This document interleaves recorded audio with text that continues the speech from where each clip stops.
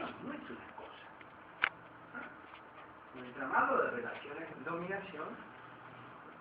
Entonces, yo creo que la batalla máxima que yo quiero dar sobre ese asunto, y trabajando comparativamente con el resto de América Latina, se ve clarísimo, la Argentina no tiene ninguna, pero ninguna originalidad, salvo la suerte de haber estado donde está.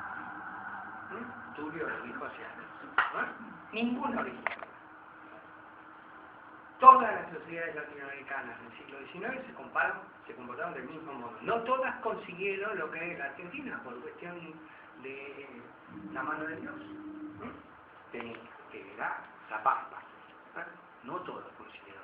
Pero la sociedad funcionaba exactamente del mismo modo con variaciones.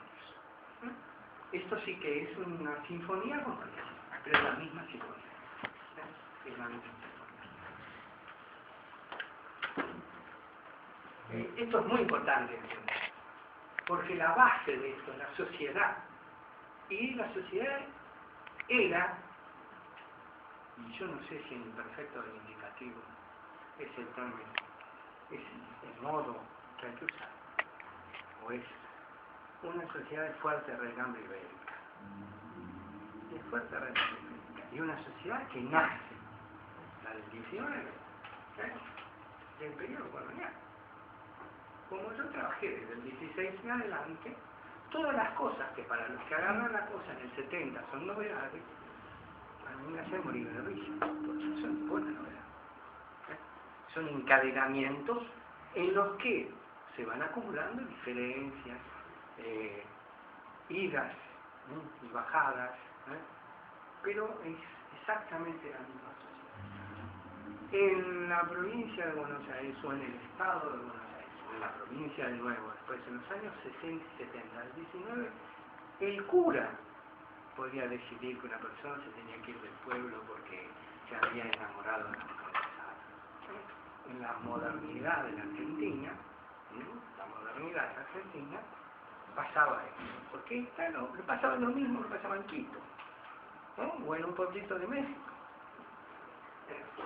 ¿Qué quiere decir? Esto quiere decir que cuando uno estudia lo nuevo que la Argentina va a tener, y sí va a tener cosas nuevas, no hay ninguna duda de que son, pero la mayor parte de las cosas nuevas que tienen que ver con su inserción específica en el mercado mundial, que le permitió entrar en esa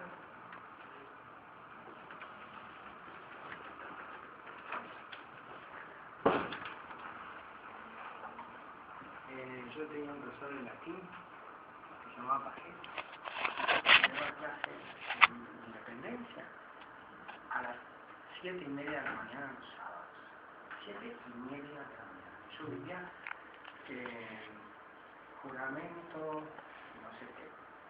Yo vivía en la clase a las 5. Y él empezaba a dar clase y esperaba que alguien llegara tarde. Por suerte, habíamos decidido dejar siempre la puerta abierta en un aula enorme. Y la puerta estaba atrás de todo. Entonces uno tenía que llegar, escuchar en dónde estaba en Virgilio, en la Eneida, para agarrar el libro de Bellet, tan francés de un lado y Martín del otro, poner el dedito adentro y entrar así y sentarse. Porque apenas lo veía uno, decía, claro, va, y así va. Bueno, eso era, le decía a Pablo, yo sí que le dio vergüenza llegar tarde, pero yo que no le decía que sí. Bueno, entonces, lo nuevo es justamente esta ventanita, que incluyó el sur de Brasil, el Uruguay y una parte de la Argentina. Esta ventanita, que le permitió a esta parte del mundo un ingreso tempranísimo, piensen, en 1814, en el mercado mundial con una ventaja comparativa inigualable.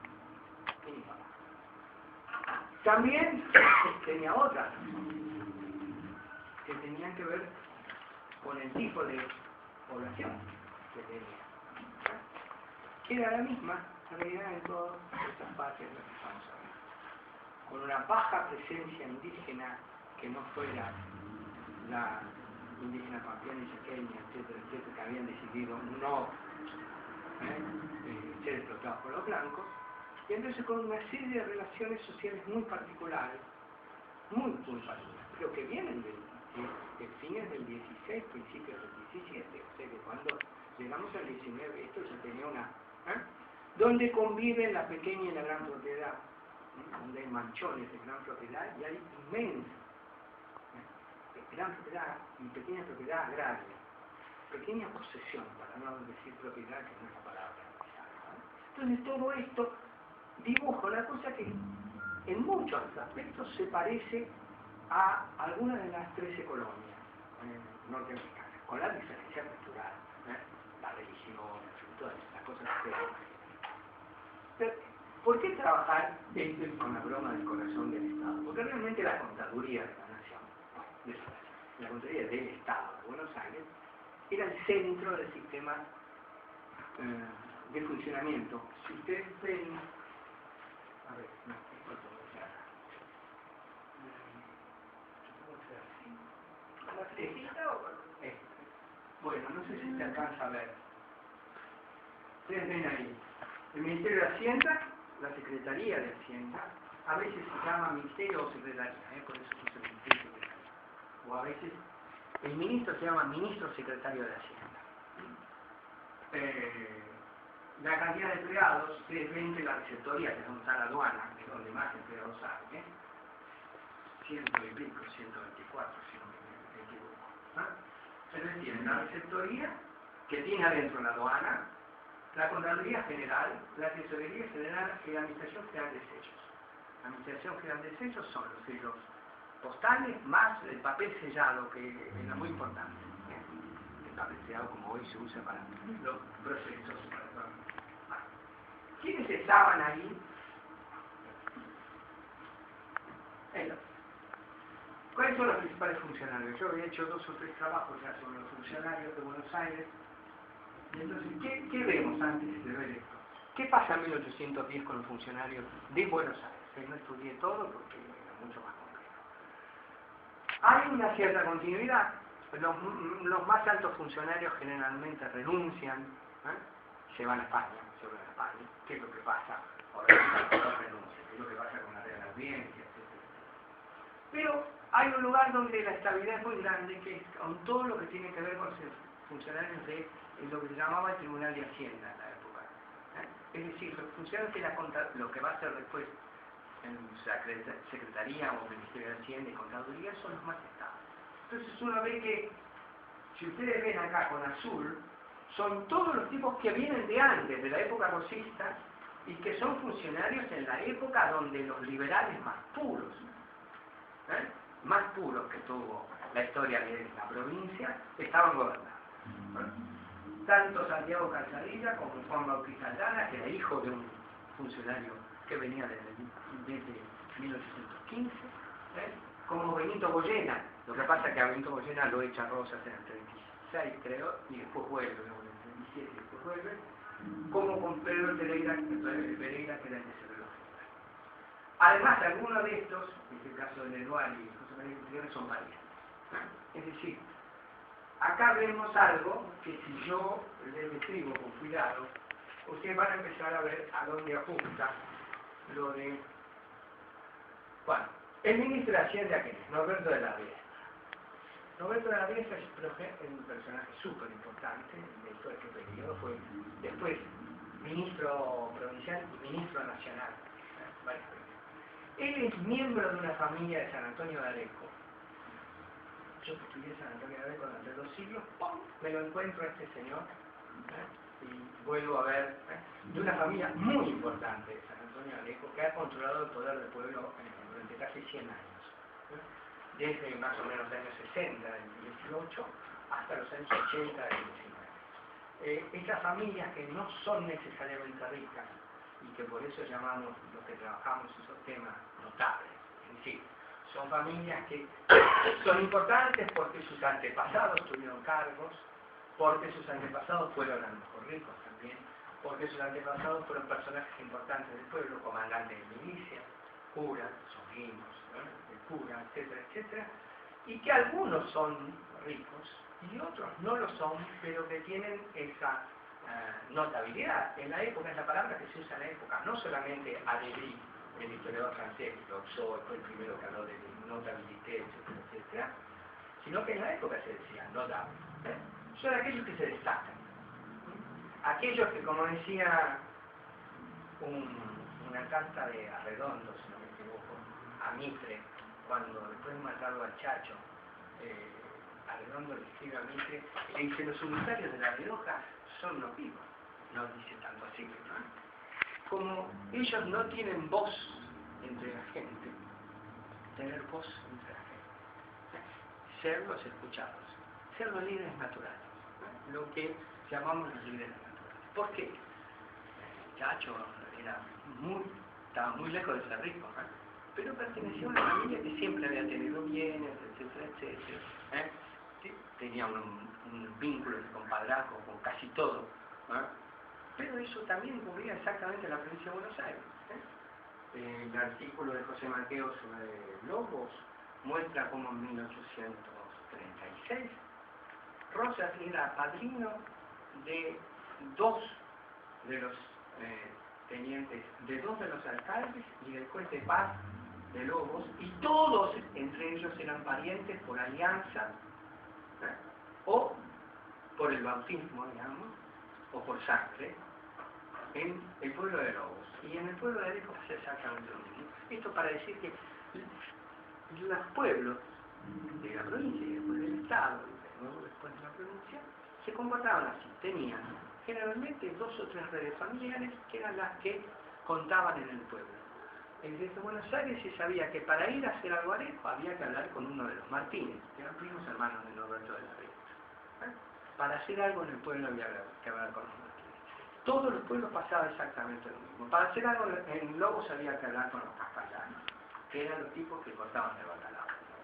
No, insisto, no porque fueran ricos. En el caso de los Martínez y los Cascases, eran más que la media, claramente. Pero la importancia de ellos no está dada por eso, sino por su acumulación social, no por su acumulación material.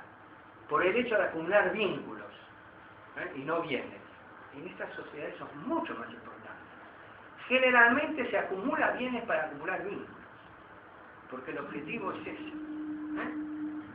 Esto es muy latinoamericano. 18, 19, América Latina, esto funciona. Se podría abrir un poquito.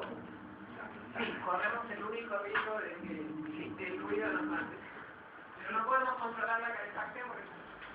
Un poquito nomás, ¿no? Y los que están sentados ahí, si se corren, no se congelarán. Yo no quisiera que se congelaran. ¿Está bien? Córranse un poquito. ¿No? Y abrimos pasando a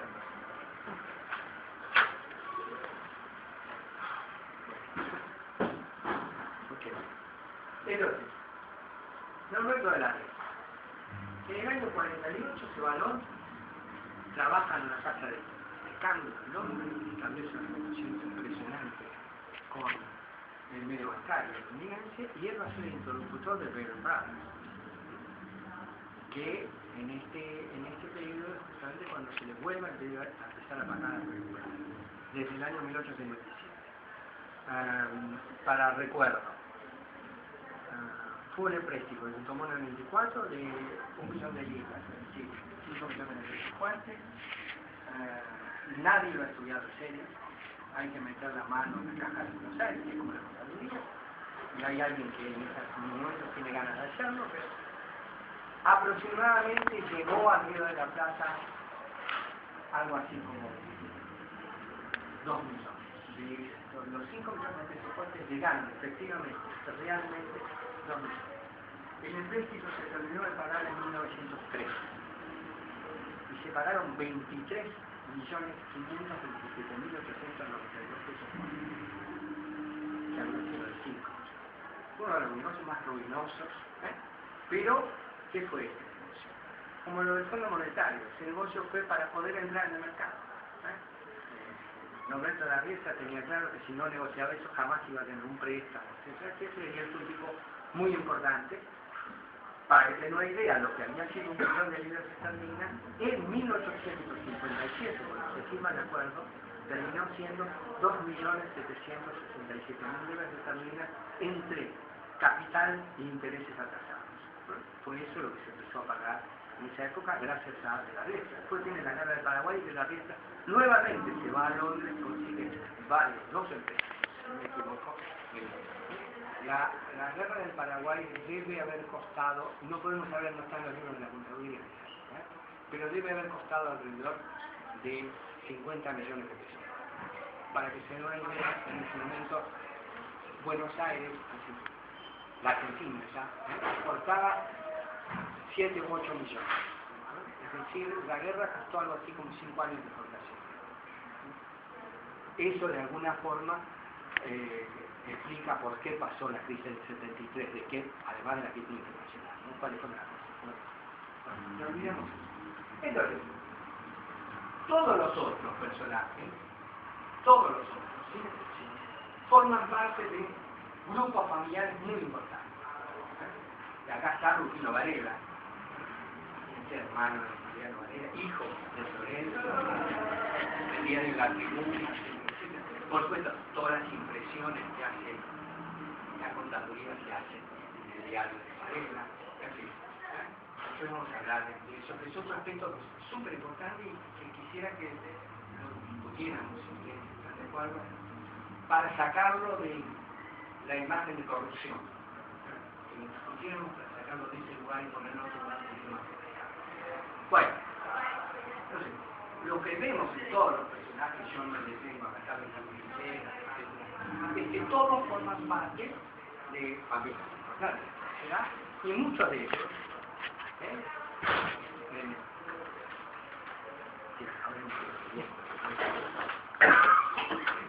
de ellos, hacen negocios. Santiago Cantanilla, por ejemplo, con su hijo tiene una empresa con la que, por ejemplo, va a tener contrato para refacción de caminos, etcétera, en esta época.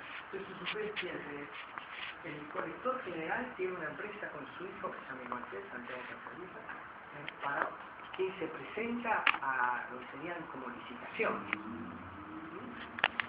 Norberto de la Riestra tiene a su hermano, Augusto de la Riestra, que tiene una compañía que es una especie de ferretería marina, que es la que suple a la Marina de Guerra. Muy importante. Las dos batallas, Cepeda y Pavón, se hacen cerca de los ríos. Todo se mueve por barco. Muy poco se mueve, todo se mueve por barco. Soldados, caballos, etc. Entonces la Marina en ese momento tiene muy importante. Entre la Confederación y Buenos Aires tiene más de 25 barcos. Nunca puede ocurrir. Tanto del Estado de la Confederación como del Estado de la Confederación.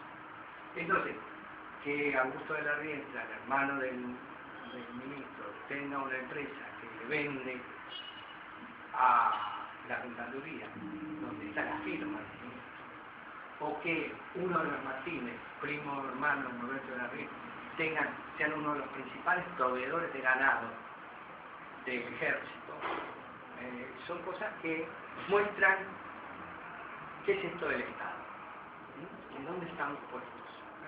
Me decía Eduardo que decía, bueno, esto de las élites, que yo fui un pueblo de las élites, no sé si estoy muy entusiasmado con el título. Y eso, sí, me complica un poco, salvo la parte de O'Reilly, sobre aquí. Pero bueno, es cierto que este es un grupo de funcionarios que está relacionado con el centro del poder social, político y económico de la ciudad y la provincia. Pese a que estaba en el Estado de Buenos Aires, la campaña, ¿no? Se decía en la época. ¿Qué es lo que me interesó de esto? Primero, ver cómo funcionaba, porque es muy complicado funcionar. A ver, ¿cuántas monedas había en la época? Había. La moneda fiduciaria de Buenos Aires, moneda papel, que nace alrededor de entre el 17, 18, 19 y el 20. Samuel Amaral la llamó a los primeros como cuasimoneda, como sustitutos de moneda metálica. Y es exactamente el nombre que tiene, ¿no? es uno de los pocos lugares de América Hispánica, porque en Brasil sí hubo, pero es uno de los pocos lugares de América Hispánica donde el papel moneda funcionó y funcionó muy bien. Pues están los pesos fuertes. ¿Qué son los pesos fuertes? Son los pesos de plata, los pesos verdaderos. Muchos venían del periodo anterior, pero después Perú, Bolivia, Chile siguieron produciendo pesos fuertes. Lo que pasa es que en el caso de Bolivia tenían distinto ley. ¿Saben lo que es la ley? ¿No? El encaje monetario, el encaje metal, la ley se mide por centésimos. El peso fuerte tendría que tener 900 centésimos. Pero había varios pesos bolivianos, lo que se llamaba la moneda faible es débil en francés, que tenía mucho menos que eso, etcétera. Pero los cambistas de la época, tipos que ocupan un lugar muy importante, los corredores de cambio, en este periodo, ¿no? Sabían perfectamente. Y después están las monedas de oro, que son las onzas. El peso fuerte de plata y las onzas de oro son las más usadas. En toda transacción que tiene que ver con la compra de productos importados. Por supuesto, los importadores no querían que les pagaran el peso corriente. Entonces la contaduría usaba el peso corriente, iba a lo de un corredor de cambio, y el corredor de cambio le vendía las onzas a precio del día, los pesos fuertes a precio del día, y con eso pagaban pesos fuertes. Las onzas de dónde venían, de todos los países hispanoamericanos, la mayor parte de los países hispanoamericanos, Perú, Ecuador, Colombia, Chile, producían onzas. No eran onzas inglesas, para nada, eran onzas americanas que eran tenían un encaje un poquito inferior que las onzas inglesas. Ustedes dirán, ¿para qué Dios lo puede saber el encaje de las onzas? ¿No? Pero estas cosas voy a ver el texto. A ver cómo era. Porque las onzas valían 17 pesos fuertes, que era la versión entre el oro y la plata en aquella época. Por eso se decía pesos de 17 por onza. Así se lo llamaban. Claro, las onzas tenían 875 milésimos y no 900 como era la onza inglesa. Entonces había una pequeña diferencia entre una onza hispanoamericana. Bueno, con todos estos medios de pago se manejaba la contaduría. Entonces, imagínense usted que esto es bastante complejo. Cada operación le exige que uno tenga mucho cuidado para ver en qué está hecha. Generalmente, como ustedes saben, los corredores de cambio emitían semana a semana el valor de la onza. Y son unos impresos de los que usó Agote en su libro, y Juan Álvarez en su libro, para esas listas que tienen sobre el valor de la plata y el valor del oro, etcétera, etcétera. Estuve en la Bolsa de Comercio de Buenos Aires, que está en la bolsa de 1854. Y los caladuras dicen que no tienen archivo. Son los caladuras. La bolsa tiene archivo. La bolsa de comercio es la única bolsa del mundo que no tiene archivo. ¿Cómo no va a tener archivo? No. Dice, tenemos algunos documentos, pero están en la caja fuerte de la dirección. No, gracias. Entonces, me mostraron lo que tienen y lo que tienen, que ellos pusieron en la caja fuerte porque no cuadernaron. Este es el primer día que existía la bolsa, el valor de la onza. Día a día. No estoy seguro que ellos tienen toda la serie. Estoy seguro. Pero un día, como total me divierte, a mí no me sirve nada, voy a hacer un poquito de ruido con eso. Y me dice, nosotros somos una institución privada. Y yo le digo, con más razón. Entonces se quedó mirándome, ¿cómo? Con más razón. Ustedes tienen una responsabilidad que el Estado es un desastre, ha abandonado. El Estado es una porquería, no sabemos en este país. ¿No? ¿Cómo ustedes no tienen el archivo? Cambio de color la cara y no sé qué decirme. No pude pasar de un secretario, nunca me recibió nadie. No sé.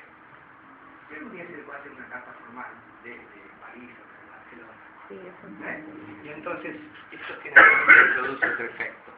Y no la firmo yo, pido que algún francés o un catalán la firme. Estamos investigando francés, por supuesto, o en inglés mejor. We are working with the Argentine Board of Commerce, and I want to know, etcétera, etcétera.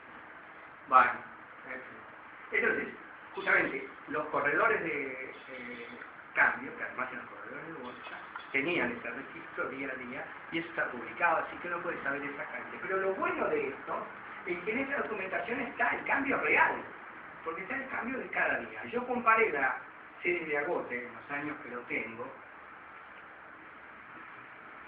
a ver, con la serie, tendría que salir de acá, ser así, bueno, no importa, ya. A ver, cotización, ¿dónde está?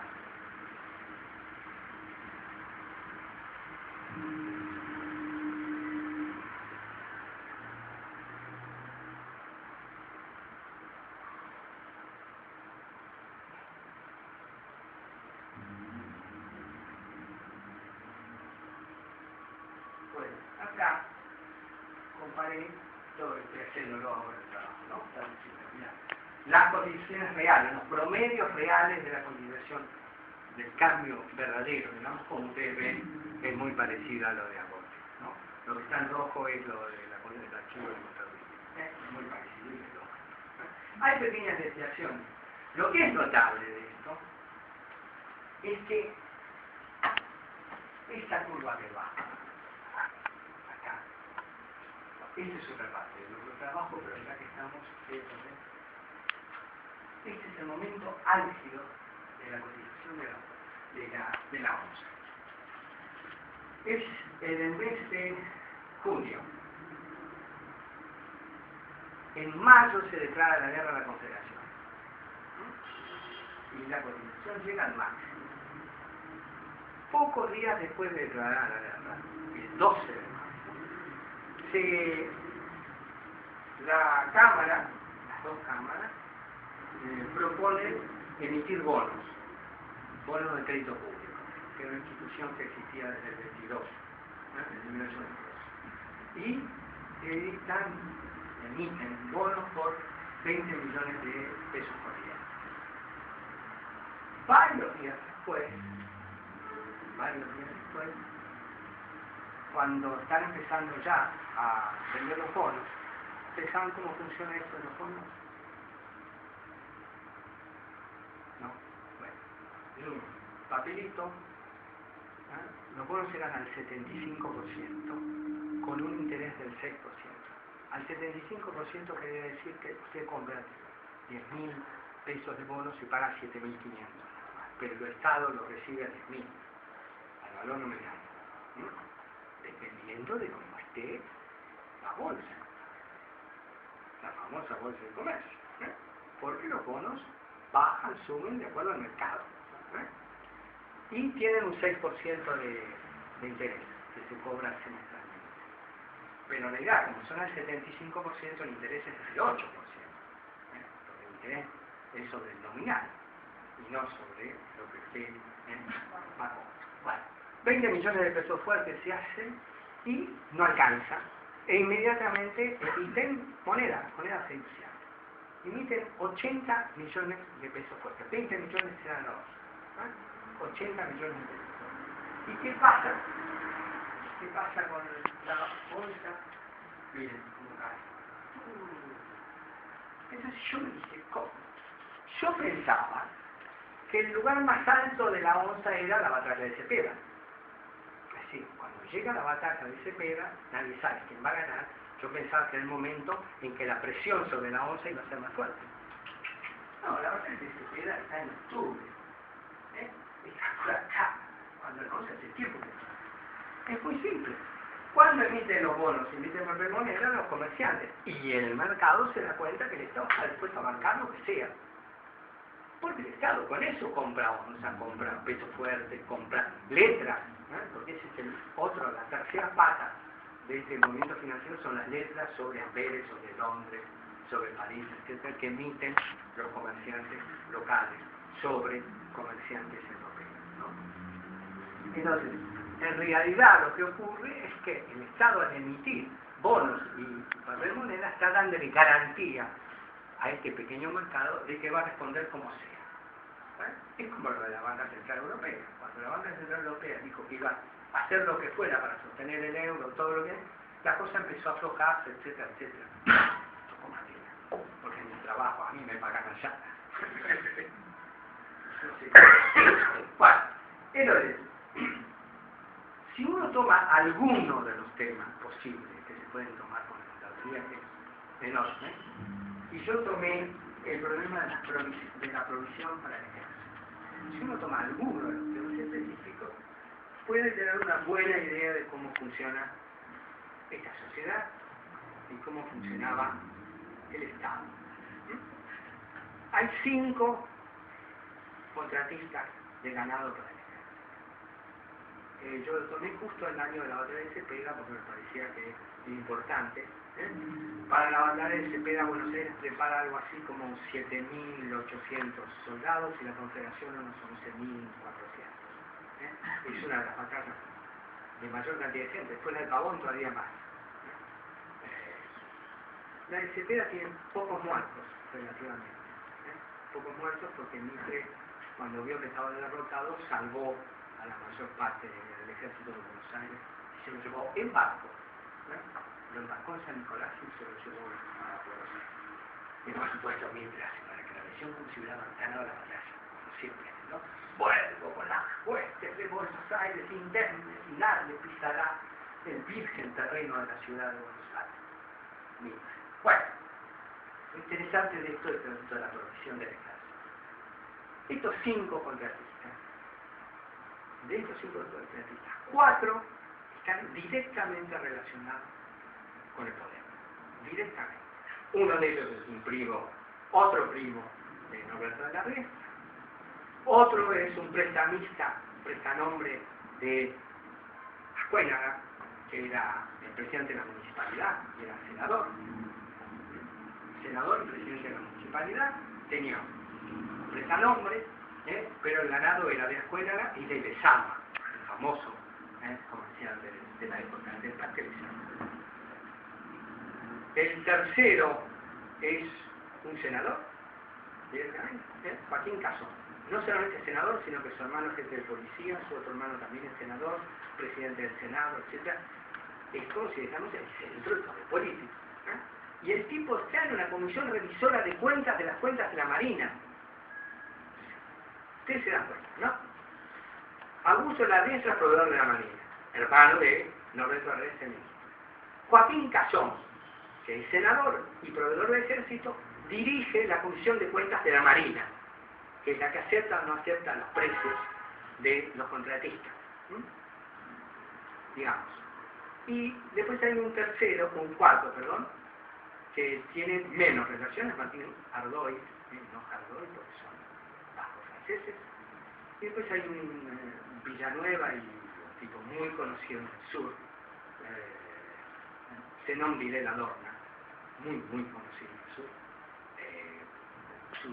Uno de sus descendientes fue presidente de la Rural, Charlie Videla, hace poco se llama Carlos, en familia le dicen Charlie, presidente de la Rural hace poco, etc. Es decir, 4 de los contratistas están directamente ligados al poder y otros 2 son 2 personajes importantes, pero por el cual todavía no he encontrado yo relaciones directas. ¿Qué quiere decir? Esto es corrupción. Y esta es la madre del problema. Porque es obvio que a los ojos de la época esto no era corrupción, como hoy podemos suponer. Estos funcionarios no son de los que habla Bourdieu. Bourdieu dice, el verdadero funcionario es el que está separado del mundo social ordinario. Esa es la definición social. Estos estaban muy integrados al mundo social ordinario, porque la sociedad era así desde hace varios siglos. La sociedad no había cambiado. Usaba cada vez más medios modernos desde el punto de vista de las transacciones económicas, pero seguía siendo, en muchos sentidos, la sociedad ibérica que habíamos heredado. Entonces, en esa sociedad, ya desde el siglo XIV y XV, los jueces tenían que buscarse el sustento ellos mismos. los jueces de los oidores de la primera audiencia de Castilla de 1570 más o menos, y es itinerante, va con el rey, ¿no? Está compuesta casi toda por obispos, ¿no? Y va con el rey.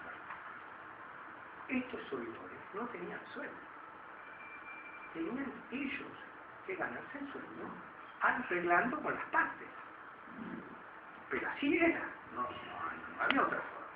Después empezaron a tener sueldo que llegaba tarde, que era bajo, etcétera, y esta costumbre de arreglarse con las partes siguió tanto como uno de los funcionamientos. Ojo, que en Inglaterra era exactamente igual, hasta el siglo XIX era exactamente igual. Todos los funcionarios más altos de la contaduría, del excise, funcionaron así también. Había una parte privada de la función pública que era muy importante y estaba no bien vista, estaba aceptada como así debía ser. Entonces, cuando nosotros miramos con nuestros ojos, todo esto parece una manera de corruptos y la cosa no es tan clara. Hay detalles que sí. Voy a dar la historia. En 1850, a fines del 57, el Estado de Buenos Aires vende un barco que se llamaba Camila, ¿no? A un particular que lo compra a 4.000 pesos fuera. Cuando llega el momento de que la cosa se pone dura con la Confederación, en mayo, justamente después de la declaración de guerra, en el día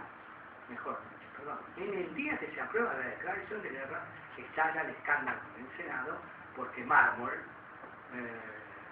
primero Portela dice, hay rumores de que el Estado compró por 6.500 onzas el barco que era Camila y que ahora se llama nada más ni nada menos que Constitución, creo que es. Muy lindo como nombre para esto, de este operativo. Si no es el mismo que se vendió antes a 4.000 pesos. Bueno, para que se den una idea, y lo transmito a una moneda común, pesos corrientes. Esto se fue.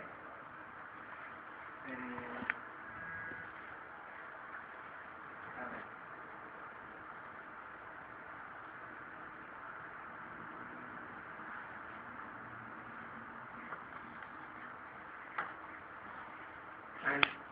El Estado vende a 4.000 pesos fuera. No, a 6.000, perdón, es decir, 132.000 pesos corrientes. Y lo recompra a 4.500 onzas. 1.636.000 pesos corrientes. Fue demasiado, ¿no? El escándalo. Son los Lanús. Los antepasados de nuestro ex embajador de París. ¿Cómo se llamaba? Archibaldo. Un personaje de París, Archibaldo. Una colección de mates de plata absolutamente impresionante. Archibaldo. Bueno, él es el que arregló todos los acuerdos de inversiones francesas en la época de México. Imagina la trabajadita, ¿verdad? Yo estaba muy metido en las relaciones con la embajada porque el Ecole y la Maison de Saint-Pelon querían hacer una cátedra argentina en Ecole y Maison de Saint-Pelon. Nunca que el Estado argentino pusiera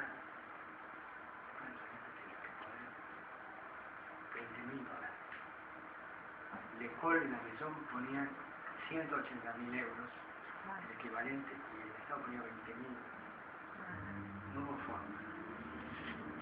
Y hablé con nuestra actual presidenta también, cuando ella era presidenta de la Comisión de Asuntos Constitucionales.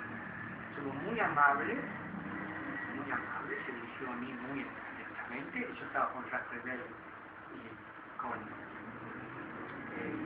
Maurice Elmar, secretario de la Maison de Saint-Pelon, y dijo, sí, esto se va a hacer, esto es importante, se va a hacer.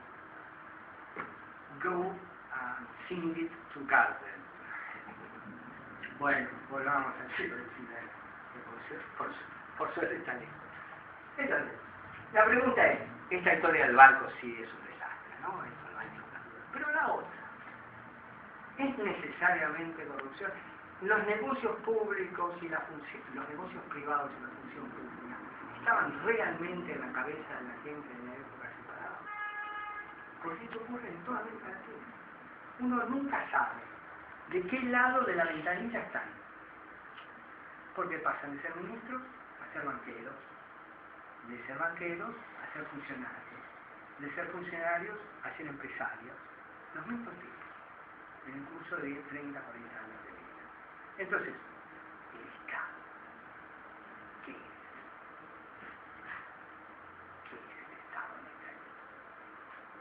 ¿Qué es el Estado? Ahora, no crean ustedes que esto no quiere decir que no hubiera juegos políticos, todo lo contrario. Porque acá había varios grupos que querían participar en lo que sería la arena política. Y no todos estaban de acuerdo. Bien, lejos de eso. Es decir, que además, 2 o 3 veces, siendo Ardela Reyes ministro, y el artículo de Alejandro Irigoy, que salió en un anual de Armadillo hace mucho, hace unos 7 años, 8 años, creo que en el 99, me parece, si no me equivoco, muestra muy bien esto. Norberto de la Riestra en un momento se enfrenta con los comerciantes más fuertes de Buenos Aires, muchos de ellos arreglos, para no bajarle los derechos de aduana como ellos querían. Y cuando llega el momento duro de enfrentamiento con la Confederación, le suben a los productores rurales, le duplican el derecho de exportación. Retención. Le duplican eso, lo hacen por la guerra, pero se la tragan. Es decir, que hay siempre acá un juego, no nos engañamos. Pero realmente, ¿cómo es la trama del Estado? ¿Se dan cuenta que hablar del aparato no tiene ningún sentido? Esto es una arena de conflicto permanente entre tipos que tienen una pata en el mundo privado y una pata en el espacio público. Siempre. Y una arena de conflicto permanente. ¿Qué aparato? ¿Saben el aparato policial? Si ustedes estudian que eran jueces, el grado de relación y de parentesco que había entre los distintos jueces que estaban en Buenos Aires. ¿Qué hace? Mitre, su hermano, su cuñado de Belia, etcétera, etcétera. Cuando bajamos, en la época de Rosas, los batallones más importantes, de los regimientos más importantes, estaban en manos de